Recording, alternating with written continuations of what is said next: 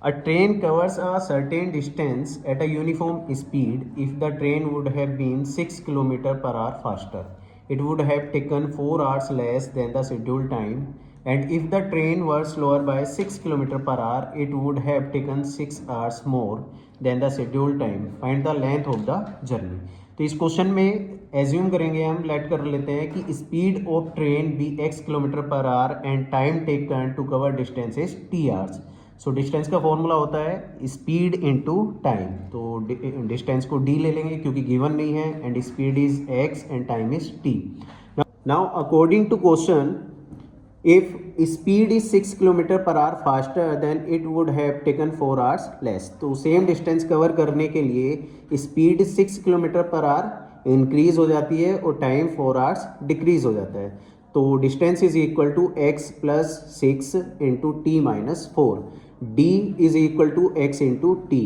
अब इन दोनों को सॉल्व करेंगे. x into T, X into -4, 6 into T and plus minus minus 6 4 जा 24.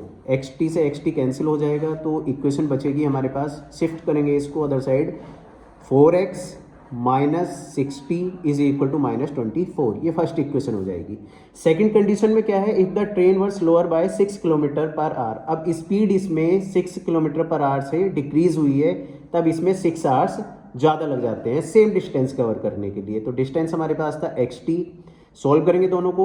x into T plus 6x minus 60 and minus plus minus 6 6 जा 36. X T से एक्स टी कैंसिल हो जाएगा.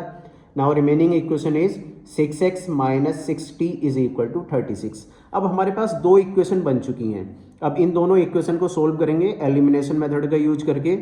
सो सब्ट्रैक्ट करेंगे दोनों इक्वेशन को क्योंकि टी में दोनों में सेम साइन है. तो 6x minus 60 is equal to 36 and 4x minus 60 is equal to -24. जब सब्ट्रैक्ट करते हैं तो इक्वेशन के साइन चेंज हो जाते हैं. ये प्लस है माइनस हो जाएगा, माइनस है प्लस हो जाएगा और माइनस प्लस हो जाएगा. तो ये चीज़ कैंसिल हो जाएगी. यहाँ से बचेगा 6x minus 4x 2x is equal to, दोनों को ऐड करेंगे 60 आएगा और यहाँ से x की वैल्यू सोल्व करके आ जाएगी 30 किलोमीटर पर आवर.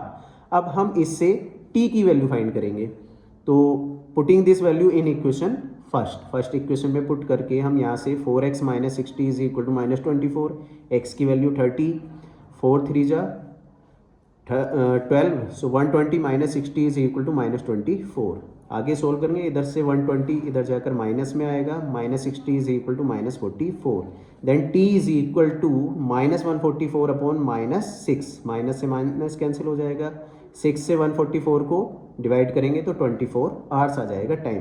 अब हमें क्वेश्चन में फाइंड करना था find the length of the journey, means distance covered by the train. So that is d is equal to x into T. X की value 30 है और t की वैल्यू 24 है.